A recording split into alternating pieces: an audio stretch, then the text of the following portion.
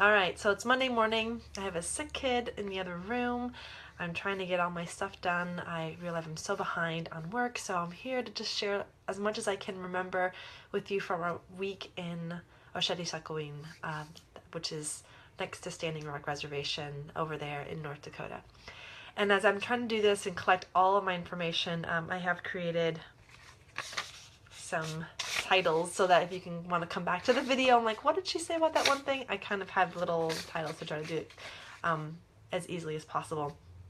And so I really want to begin with the introduction that I learned while being at camp, which is I'm Janet Trevino, and I was born and I currently live on Cuddling land, which is a group of tribes that used to live on this land, which is now comprises of Mexico, northern Mexico, and Texas. And my people, they were either killed by disease, or taken into slavery, or assimilated into Spanish culture, which I am a product of that assimilation. So I am both colonizer and colonist. Wait, colonizer and what is it? Colonized. That's to me. So as I share this, I speak with a lot of humility. I speak with a lot of fear and trembling about saying the right things and trying to assimilate now the part of my culture, the native part that I've forgotten in being in this country. I've learned how to live in this and being powerful, right? And this, I'm going to be talking about settlers colonialism, which is a term I had never heard of before. I've heard colonialism, but this idea of settlers colonialism, and how the values of this country go directly against the values of our indigenous family. So I guess this is one of the comments: non-native centering versus indigenous centering, or I guess non-native would be white centering. This was a huge conversation while I was at camp, because even among people of color and indigenous people, we find ourselves centering our conversations around white people. We find ourselves thinking about them and trying to make them feel comfortable and trying to make sure that they're okay.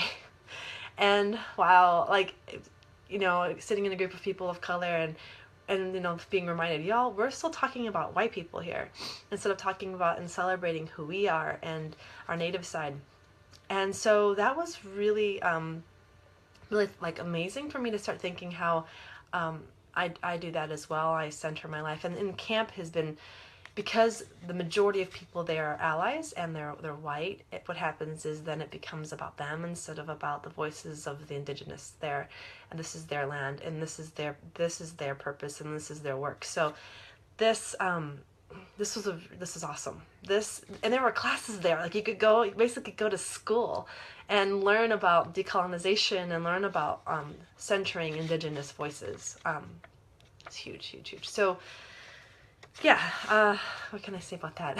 Okay, I'm gonna come back to this because, actually, no, I'll do it right now. It's important enough.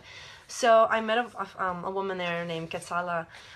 She was teaching on decolonization, and she shared with us the entitlements that happen at camp and outside of camp and all over the world.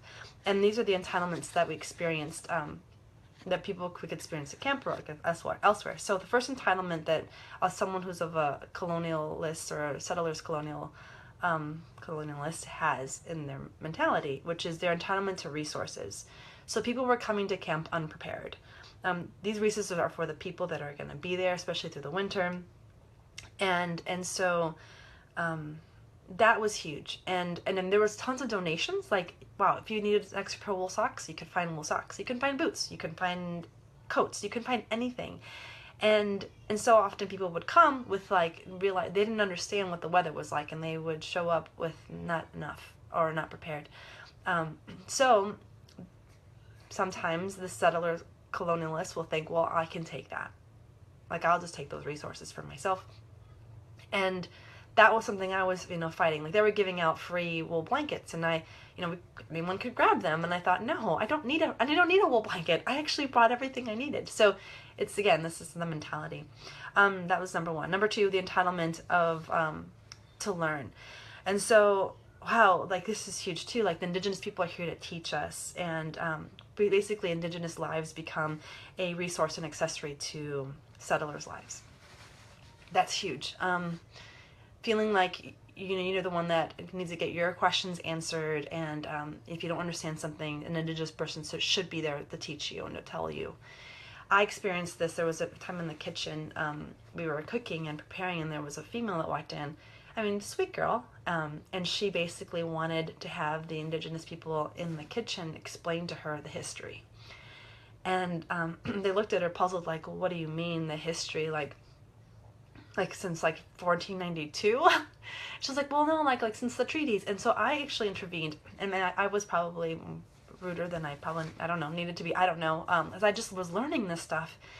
And I said, listen, I think these are some of the questions that you need to do your own research on, and you need to Google. Like, that's why we have Google. That's why we have, the internet, so that you can find out stuff. You don't have to be taxing on these Indigenous people.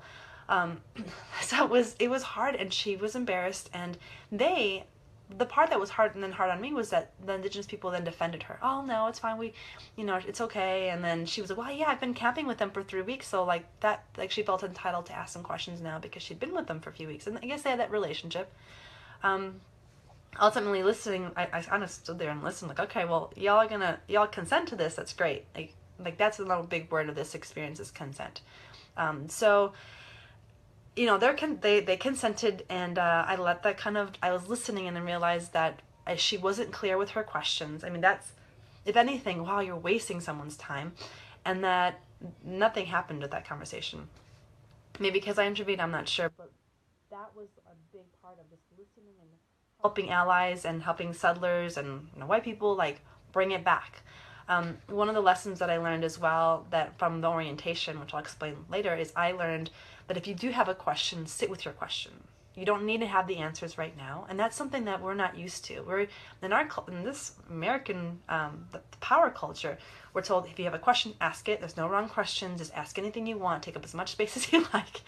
So that's a problem. That doesn't work in this culture, in this Indigenous culture. So number 3, entitlement, is to emotional labor. So yeah, taking up space. We went around and people were asking questions. There was a space for decolonization and asking questions, and it was told to us, like, if you guys noticed how many people asked the same questions over again. Like, people want to feel heard, and they want their voice heard, and so that's taking up space. And to really rethink your need to ask questions and have them answered right now, like. And that was a powerful for me to hear. I love asking questions, and I take up a lot of space. And so, what does it look like for me to take a step back? Number 4, entitlement to be here or be there at camp. So, a big question that they were asking is, why are you here? Why are you at this place? And get really clear why you're there. Some people have asked me, is it true that they were kicking people out of camp? Yeah, I mean. It's not what you think. If people were there to incite violence, people were there with their own agendas, and that were Indigenous centered, then yeah, you need to go. Like, you don't need to be there. So it was, if you're there, give more than you're receiving. If you're there, find a way to so it's reciprocal, and you're leaving things better off than you arrived. Then there was, of course, the 5th one was.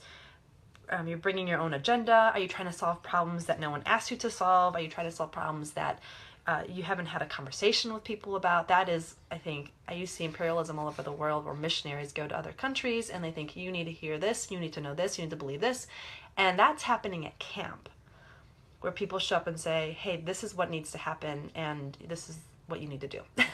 Now, I will say, like, I was slightly, I'm guilty of that as well, and I'll explain hopefully at some point how I was also kind of like, yeah, that happens. It's easy for us to think, oh, I have a great idea for this, and why don't I tell you? And then not be there to implement it. Don't touch people's hair was another thing, was spoken. Respecting elders. Elders always go first, and that was also interesting to watch how elders would show up and people didn't move. People didn't show them respect. And learning also how to change, again, the perspective of, we're not all equals here. We weren't. I'm not an elder. And how that makes you more aware of your surroundings instead of only on yourself. So there's no individual fires. You weren't allowed to build your own fire or, have your own tent without, again, every part of the camp had someone that was responsible for it in some way. So it's, again, asking and making sure you're getting permission for what you do. So this idea of indigenous centering was number one point. How do we make this conversation about the indigenous? How do we keep them centered, keep them what we're thinking about? That was huge. So then, of course, me centering. Yeah, so some of this conversation will be about me, and I say that with humility. I did have an experience I'm going to share with you all, and I don't mean to make it about me. So I'll do my best to always make sure that I'm keeping myself in check, that it's about the people there and not about but I had an experience that I'd love to share with you. So I love the space to do that. All right, I'll start off with camp. Well, it's kind of camp rules. That's kind of what I went through right now, and announcements. So there was a question: how did that happen? How did you know it was happening? There is an orientation that was, required for every person that arrived at camp. For us, it was in the mornings. Every morning they had an orientation. And that's where you learned about, if you're not here with the right spirit, if you're not here to pray, if you're not here to do the work that's being done here, then you need to leave. That was hard, and it was powerful to say to a group of people, like, if you're here to drop off supplies and resources and, stuff, great, drop it off and leave. But this isn't the place for you to have a vacation. This isn't a festival. This isn't, what do they say, Coachella. I kept saying, this isn't Coachella. This isn't your Burning Man, Go home. Like, we don't need another person here who is just there to, like, relax and party. So that was happening, orientation every day. They had also, like, what's happening in camp. So every day they had, and I think it was at 8 o'clock. That meeting, I later found out, was being run and done by people that weren't indigenous. So, like, at some point near the end of the week, we were skeptical of all the meetings and lots of things that were happening because we didn't know who had authorized it and who was behind it. So, because I'm guessing 80%, 90% of the people were white, settlers, allies, it was hard to be able to, like, figure out, like, where is this coming from, who said this, and who to trust and who not to trust. So that was real. They had winterized meetings. There was a tent that had, like, a schedule of all the events happening in the camp, and where to go. There was really cool, by the sacred fire, which is the fire when you enter, and that fire is always burning. Like, that's their holy, prayerful place. And there was prayers going on all during the daylight and into the evenings. There was that microphone. You could hear it throughout most of the camp, and we could hear announcements and, like, these people need a ride to Bismarck, or, whatever. So anything that was going on, that's where we would hear the news. And that was always being done by indigenous people. So that's good. So that's the question there. Upon arriving, what was my camp experience? It was cool. It was beautiful. I mean, so many people. One of the things that I wondered about before I went was about the dress. And I think, do I have that? I don't think so. So maybe that's kind of like, how did I adjust to the culture, right? So most of the women were in skirts. And I had seen a video about wearing skirts and wearing, like, that we should be, the Lakota people had asked, that all women be wearing skirts. And I'd asked in this group, and, like, they said, well, yeah, you need to wear a skirt if you're in the sweat lodge, but I didn't get confirmation beyond that. So yes, so now I can tell you all that if you are going to camp and you are a female identified, you need to be in a skirt or a dress, and it needs to be long. I did not have any, so I had to get I had brought a scarf and I just kind of wrapped it. And so I did kind of feel like I wasn't as respectful as I wish I could have been. They did have skirts, I think, in, like, a pile of stuff, but it was, again, it was kind of hard to find something. And so that's really important. If you want to donate something, if you know someone was going, get them skirts if they don't have any, and make sure that it fits over, like, snow pants and the regular clothes. Now, why this skirt? People thought, well, maybe it's, like, some sort of, like, misogynistic idea that, and keep women in, like, dresses, or I don't know. It's not that at all. It's a really beautiful tradition where, because they're in ceremony. Again, if there was a thing that I did not understand at all, I'd never heard it, no one told me, was that this was a time of prayer and ceremony. This is a prayerful resistance. And the idea is everyone is in prayer. kind of as you work, as you cook, as you cut vegetables, as you walk, you're praying. You're praying for the water. You're praying for the earth's protection. And so the skirts symbolize, I guess, that's what they do when they're in ceremony. They're in skirts and dresses. And the teepee that's the image of the woman who is like the home, who is the protector, who holds the people and the warmth. And so the skirt is like the teepee. And again, it's beautiful symbolism, something worth honoring. And so if you go and you're female identified, bring your skirts. Even if you see other women around, we were told by the elders, if you see a woman who's not in a skirt, tell her to get one. And that was, I guess, the thing that was really huge, is if you're an ally, if you're a white person, that we really encourage you to call out your other, your family, your people. So if you see something that's not right, that they're doing, that you've learned, that's not cultural, it's not honoring, then you tell them to stop. And that, actually, I did that once. I told this one white girl came up to me and said that she, that she was all there about calling people out, making sure everyone is, doing things as they're supposed to do. And there was a woman behind us who was taking pictures. So photography was a big thing about, that there's rules around photography. You can't just take random pictures of a group, because either police can see those images later if you post them. It's to protect the people, and there's cultural things that are happening with, so there's some people that, especially at the camp we were in, the Oglala camp, they never take pictures of themselves. It's because it takes their spirit. So there's a lot of these rules. People don't know them. If you don't go to orientation, you don't learn. And I told this woman, I go, you need to go tell her she can't take those pictures. And she got up and she did it. It was awesome. Wow, that was fun. That was easy. I had her do it, and she bragged about doing it. I'm like, well, then go take care of that. And she did. And the woman took her camera away. So anyway, so upon coming to camp, that was the skirt thing. Lots of people walking. Yeah, it was really cool. All right, so next thing. All right, so I'm going into my purpose. Why did I go? And this is kind of what delayed me from making this video earlier, is because I posted to my friends, if you could see it, situation that kind of came up. So I was invited, not personally, but a group of us were invited to go and provide cuddling services, and I created a video about it, and I was really excited. And as you could see, and even in the video, I think that I even mentioned, I don't know how this is going to work, because even in my own city, cuddling isn't seen as this totally acceptable thing. So how are we going to do it so that, but the person that had set this all up, I trusted that person. They had been there before. They had talked to the people. And that was, I made all these plans and I spent all this money because of what she'd said. So upon arriving, I went right. We had scheduled to meet at the wellness tent. She hadn't arrived yet, and I got there and I started talking to the people in those tents. And I said, "Hey, so I'm here to provide cuddling services, and I was told that this was, this is the place, and that you were going to create a space for us. And after talking to a few people, I was told that the cuddling services were not approved by the Lakota Nation." I was shocked. I was like, what? There was a moment where my heart just dropped, and I thought, wow, wow, I didn't know.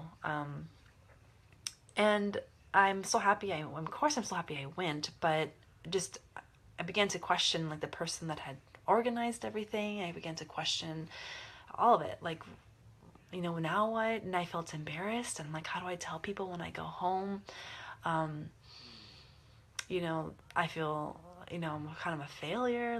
Maybe I should have done something. Maybe I could have, organized myself or figured out, and then you start learning about the respect of the elders and the respect to that culture. So, when she eventually showed up, which I saw her the next day, it's funny. She was like, well, we're still going to do it. And I'm like, no, you don't, that's not how this works. You don't come to a place and they say no to what you wanted to provide and then say, well, we're still going to do it. That's when I think the trust started to break down. I knew I couldn't trust her. And, she's like, you need to stand up for yourself and you need to tell them. And I'm like, no, I don't. No, no. It was hard. there's a lot of things that happened in that relationship, but now she's contacting lawyers, and I guess I'll be receiving a call from her lawyer at some point because of some of the things that relationship, like how it unfolded, and some of the abuse that I saw that she was a part of. So, yeah, so my purpose shifted and it changed. And so there was a question: did I fulfill my purpose?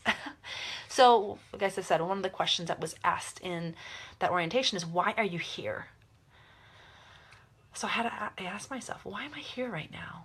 What is it that I'm doing here? And I had to trust that it was going to unfold and that it was going to be worth it. And maybe I was there to maybe bring attention and light to this person that was doing this work that wasn't right. At this point, I try to, maybe it's self-righteous of me to say, like, I was here to stop her. I don't know. I think that feels a little arrogant. But, and I don't want to I think of things like, I don't want to label someone and say things about them. But, that could have been it. That could have been it. So there were amazing things that we did do, and I guess I'll go through and explain some of that in a bit.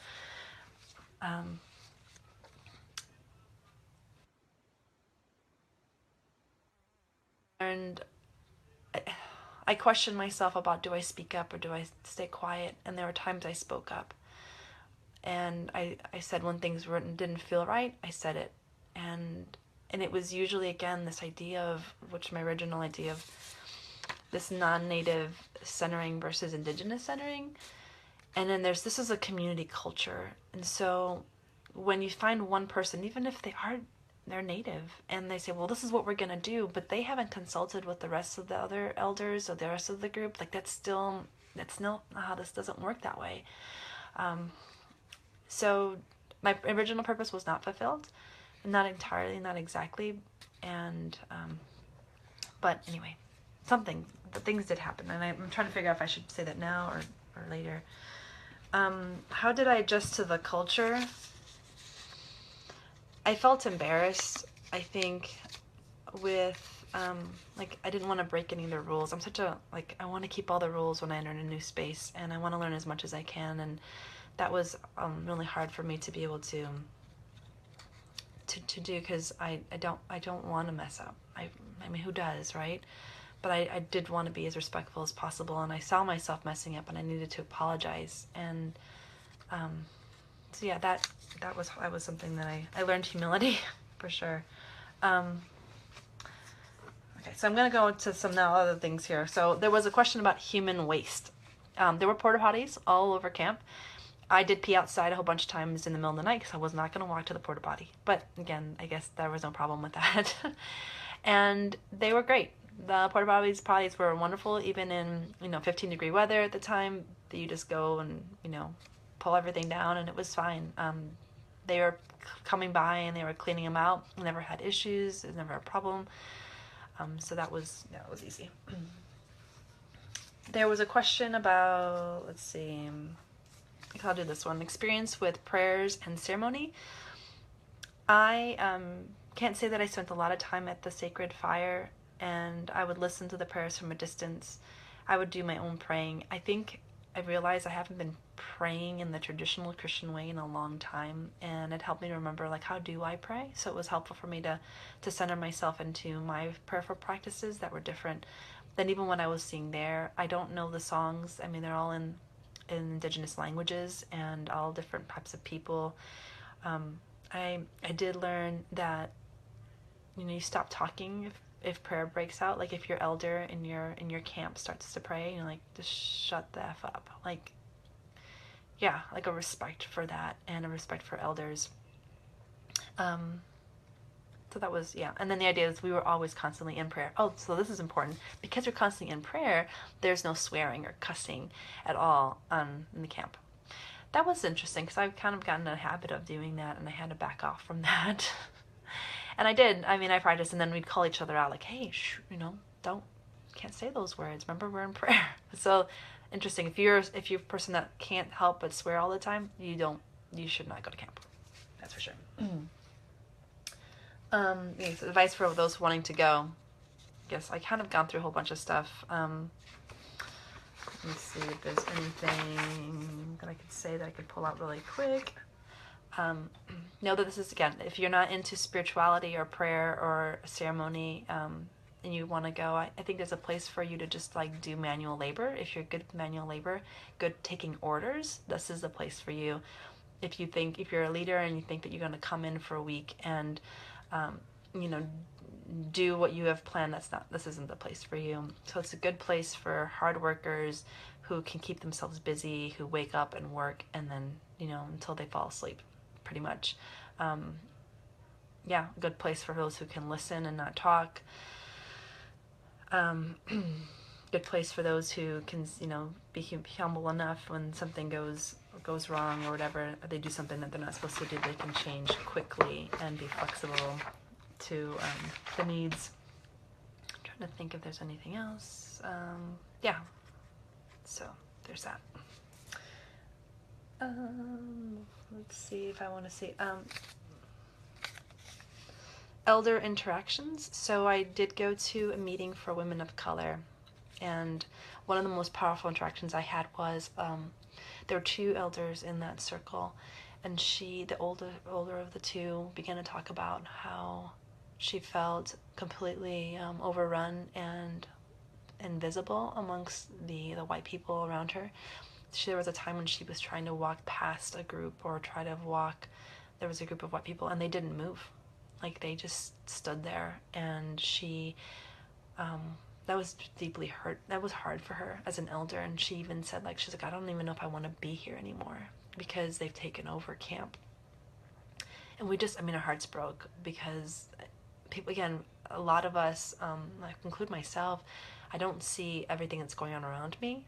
And so if an elder or someone comes up from behind or from a side, like I don't even see them. And these people aren't loud people. They're not there to, they're not going to tell you, hey, get out of the way, move it. That's not who they are. These are peaceful and loving people. And so they kind of hold those stories and they keep, because they've been, there's been a history of that conditioning, where they haven't felt empowered, and maybe they would, that's not their culture anyway. So I am trying to figure this all out in my own head. That was a hard story to hear, and I think that really helped me pause and to think things through, because I went to that women of color meeting where these elders were speaking. That fed into what ended up happening on Sunday at that direct action that I was involved in. So Will Carlos and I were involved in. At 9 a.m. we went to a training from like 9 to 1. It was a full day, and it was there. We were going to do this. There were signs everywhere, all over camp. We're going to do this. They called it, okay, that's the other thing. They called it a pilgrimage. There was a white girl who did all these posters. I didn't know until we went to this training, and she wrote pilgrimage on there, and she didn't even think about what that word meant. Again, at every turn there was always something where, the settler colonialism, whatever, was really just really present. She eventually, to the rest of the group, just apologized and said, I'm so sorry, I didn't realize using the word pilgrimage would be offensive. And that was interesting. So anyway, this whole training we went to, and what they taught us was, how to handle if the police come, like, and they push you, or like they want to do something, how to, like, what to do, like what this walk was going to be about. There was Starhawk. That was really cool. If those of you who are into European indigenous reading and paganism, and you're into like woman stuff, like Starhawk, and I actually have a book of hers. She was also leading this walk, and so yeah, a long training, lots of learning. The one thing the native elder said, and this was the part that later kicked in for me. She said, as we walk, there will be people that will tell you that the elders haven't approved the action. Like they'll say, don't do it, go back because the elders haven't approved it. And she said, if they say that, don't listen to them. The only person you're going to listen to is me. At the time, I didn't think anything of it. Like, I'm like, okay, well, yeah. Because I thought, well, there's infiltrators, right? There'd be people that'll be like, yeah, don't, go back and whatever. And I thought those are the bad people. Don't listen to them. Well, what ended up happening was we started the walk at around 2:30ish, I guess, and it started off at Sacred Stone. Now there are 3 different camps. And there's Sacred Stone, there's Rosebud, and then there's Oceti